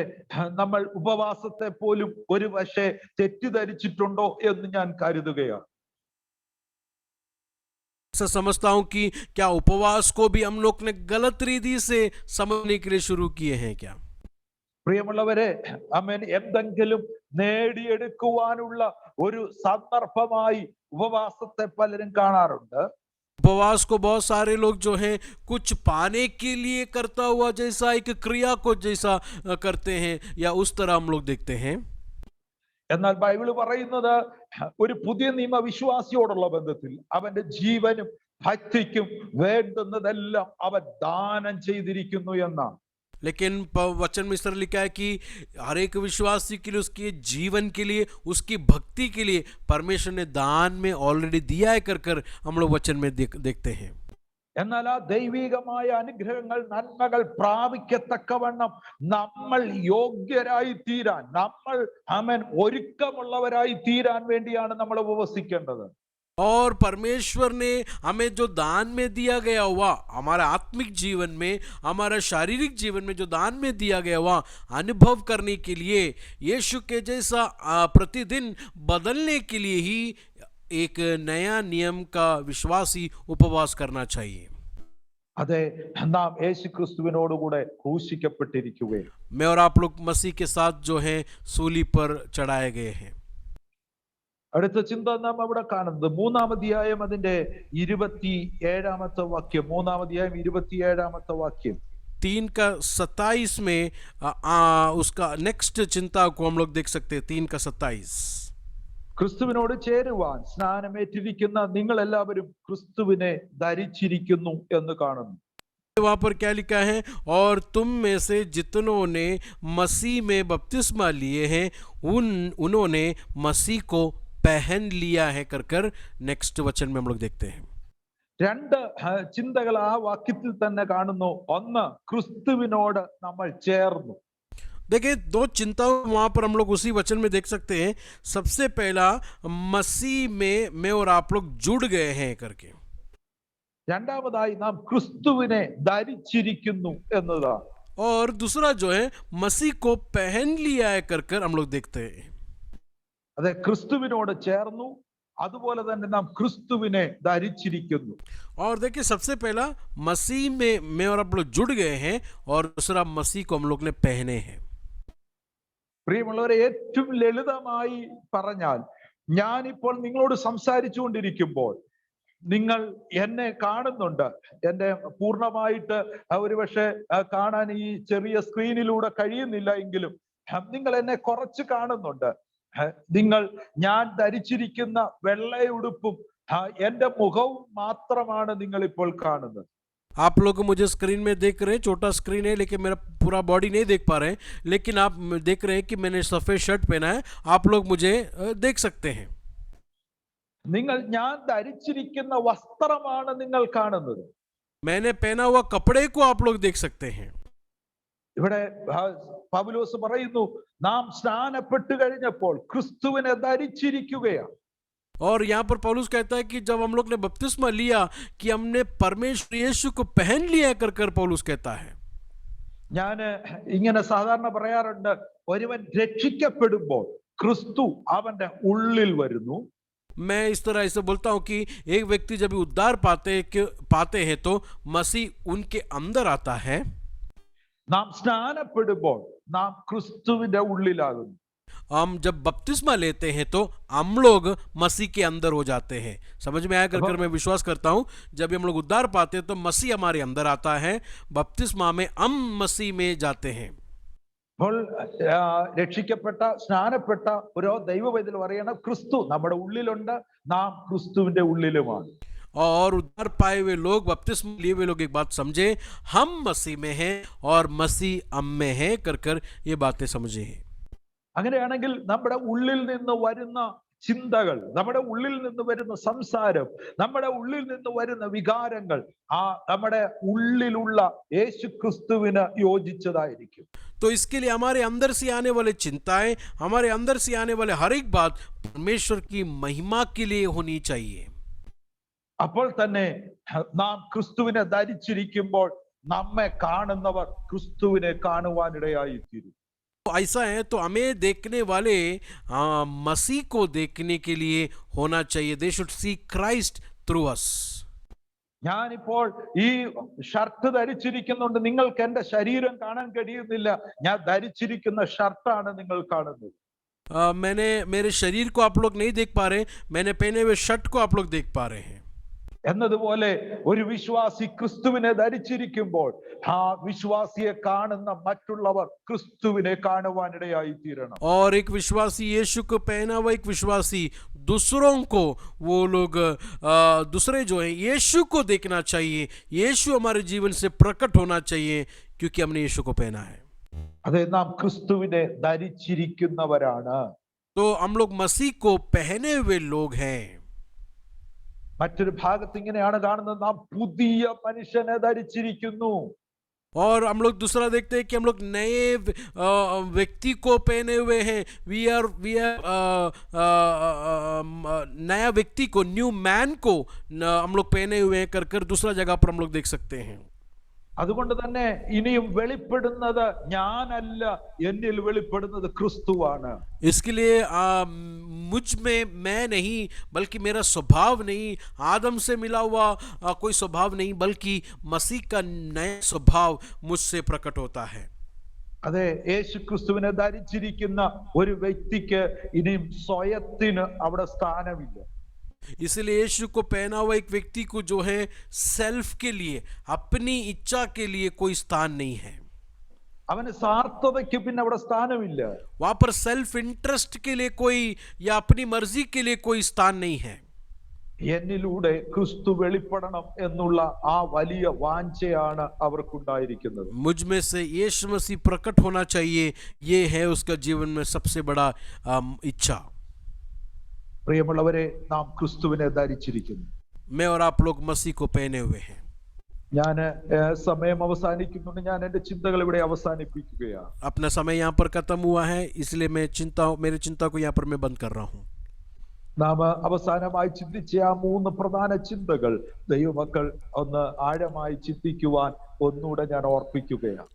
हम लोग ने जो सोचा हुआ, अभी पर सीखा हुआ, उस 3 चिंताओं को जो है बड़े ध्यान से आप लोग उसको देखिए. നാം ക്രിസ്തുവിനോടുകൂടെ ക്രൂശിക്കപ്പെട്ടിരിക്കുകയാണ്. सबसे पहला, मसीह के साथ में और आप लोग को सूली पर लटकाया गया है. എന്റെ എല്ലാ അവയവങ്ങളും യേശു ക്രിസ്തുവിനോടുകൂടെ ക്രൂശിക്കപ്പെട്ടിരിക്കുകയാണ്. मेरा हर एक जीवन, शरीर का हर एक अंग भी यीशु के साथ जो है सूली पर लटकाया गया है. ഇനിയും എന്റെ അവയവങ്ങൾ പാപത്തിന്റെ ആയുധങ്ങളാകുകയില്ല. इसके लिए मेरा हाथ, मेरा शरीर जो है पाप का मेंबर्स, पाप करने के लिए मैं नहीं दूंगा. ഇനി നമ്മുടെ അവയവങ്ങൾ നീതിയുടെ ആയുധങ്ങളായി മാറുന്നു. इसलिए मेरे हाथ, मेरे और शरीर के हर एक मेंबर्स जो हैं प्रभु के धार्मिकता को, प्रभु के राइचसनेस के लिए मैं इंस्ट्रूमेंट होकर प्रभु के हाथों में समर्पित करूंगा. അതെ, ക്രിസ്തുവിനോട് കൂടെ ക്രൂശിക്കപ്പെട്ടിരിക്കുമ്പോൾ പഴയ നിയമത്തിലെ ഒരു ചിന്തയും കൂടെ ചേർത്ത് ഞാൻ പറഞ്ഞിവിടെ നിർത്തട്ടെ. मैं पुराना नियम के एक चिंता को बोलकर मैं यहाँ पर मेरा ये कला वचन को जो है बंद करता हूँ. ദൈവാലയത്തിലെ ഉപകരണങ്ങൾ എല്ലാം ദൈവത്തിനായി സമർപ്പിക്കുകയാണ്. देखिए, पुराने नियम में जो टूल्स हैं, जो वेसल्स हैं, टेम्पल में जो इस्तेमाल किया, वो सारे जो हैं टेम्पल के काम के लिए ही केवल इस्तेमाल किया है, मंदिर के काम के लिए ही केवल इस्तेमाल किया है. അതുകൊണ്ട് തന്നെ ആ ഉപകരണങ്ങളുടെ മേലെല്ലാം ഇങ്ങനെ എഴുതി വെക്കും, യഹോവയ്ക്ക് വിശുദ്ധം. इसके लिए हर एक टेम्पल में जो पात्र है उसमें इस तरह लिखा है कि परमेश्वर के लिए अलग किया गया. അങ്ങനെയെങ്കിൽ പ്രിയമുള്ളവരെ, നാം ക്രിസ്തുവിനായി സമർപ്പിക്കപ്പെട്ടവരാണ്. तो ऐसा है तो मैं और आप लोग भी परमेश्वर के लिए अलग किए हुए लोग हैं. उसका चिन्ह मेरे और आप लोग के जीवन में प्रभु ने दिया है. അതെ, നാം യഹോവയ്ക്ക് വിശുദ്ധമായിരിക്കണം. मैं और आप परमेश्वर के लिए पवित्र ठहरे. ഞാൻ എന്റെ സഭയിൽ ഞാൻ ഇങ്ങനെ പറയാറുണ്ട്, നമ്മുടെ ടിവിയുടെ, വീട്ടിലിരിക്കുന്ന ടിവിയുടെ മുകളിൽ എഴുതി വെക്കണം, യഹോവയ്ക്ക് വിശുദ്ധം. मैं अपना चर्च में लोगों से इस तरह कहता हूं कि आपके टीवी के ऊपर इस तरह लिख के रखें, ये परमेश्वर के लिए अलग किया गया है। ആ റിമോട്ടിന്റെ മുകളിൽ നമുക്ക് കാണത്തക്കവണ്ണം എഴുതി വെക്കണം യഹോവയ്ക്ക് വിശുദ്ധം. आपके रिमोट के ऊपर मैं उनको इस तरह कहता हूँ कि ऐसे लिख के रखे कि परमेश्वर के लिए अलग किया गया हुआ है ये। നമ്മുടെ മൊബൈലിന്റെ മുകളിൽ എഴുതി വെക്കണം യഹോവയ്ക്ക് വിശുദ്ധം. मोबाइल में लिख के रखे कि ये परमेश्वर के लिए अलग किया गया है। ഞാനിത് തമാശയായിട്ടാണ് പറയുന്നതെങ്കിലും പ്രിയമുള്ളവരെ, ഇതിന്റെ ഗൗരവം മനസ്സിലാക്കുക. നാം ക്രിസ്തുവിനോടുകൂടെ ക്രൂശിക്കപ്പെട്ടവരാണ്. ऐसी प्रैक्टिकली चिपकाने के लिए मैं नहीं बोल रहा हूँ उनको, बल्कि मैं उनका इम्पोर्टेंस समझा रहा हूँ, उसकी आवश्यकता को मैं समझा रहा हूँ कि इस तरह अपने हर एक चीज़ों को प्रभु के लिए अलग करना है। അതുകൊണ്ട് ഇനിയും ജീവിക്കുന്നത് ക്രിസ്തുവാണ്. इसके लिए मैं किसके लिए जी रहा हूँ? परमेश्वर के लिए जी रहा हूँ। ഓരോ ദിവസവും നാം ക്രിസ്തുവിനോടുകൂടെ ക്രൂശിക്കപ്പെട്ടുകൊണ്ടിരിക്കുന്നു. एक एक दिन जो है हम लोग परमेश्वर के साथ सूली पर लटकाए जा रहे हैं। वी डाई डेली, हर दिन हम लोग कर रहे हैं। അതെ, നമ്മുടെ ജഡത്തിന്റെ സ്വഭാവങ്ങൾ ഓരോ ദിവസവും മരിക്കുന്നതിനനുസരിച്ച് മറുഭാഗത്ത് നമ്മുടെ ആത്മാവിന്റെ ഫലങ്ങൾ നമ്മൾ വർദ്ധിച്ചു വരണം. देखिए, एक तरफ से शरीर की पैशन हम लोग हर दिन सूली पर लटकाते हैं, तो दूसरी तरफ क्या हो रहा है? हमारा अंदर का इंसान दिन प्रतिदिन जो है पवित्रता में बढ़ता जा रहा है। അതെ, മറ്റൊരു രീതിയിൽ പറഞ്ഞ നമ്മുടെ സ്വഭാവം ഓരോ ദിവസവും മാറുന്നതിനനുസരിച്ച് ക്രിസ്തുവിന്റെ സ്വഭാവം നമ്മിൽ വർദ്ധിച്ചുകൊണ്ടേയിരിക്കണം. हर दिन जिस तरह हमारा स्वभाव, हमारा सेल्फ इंटरेस्ट खत्म होता जा रहा है, तो मसीह का स्वभाव हमारे अंदर बढ़ता जा रहा है। ആമേൻ. നാം ക്രിസ്തുവിനെ ധരിച്ചിരിക്കുന്നു. हमने मसीह को पहना है। ഇനി എന്നെ കാണുന്നവർ ക്രിസ്തുവിനെ കാണുന്നു. इसलिए मुझे देखने वाले वो मसीह को देखेंगे। എന്നെ കാണുന്നവർ ക്രിസ്തുവിന്റെ സ്നേഹം അവരറിയണം. मुझे देखने वाले मसीह के प्यार को लोग जाने।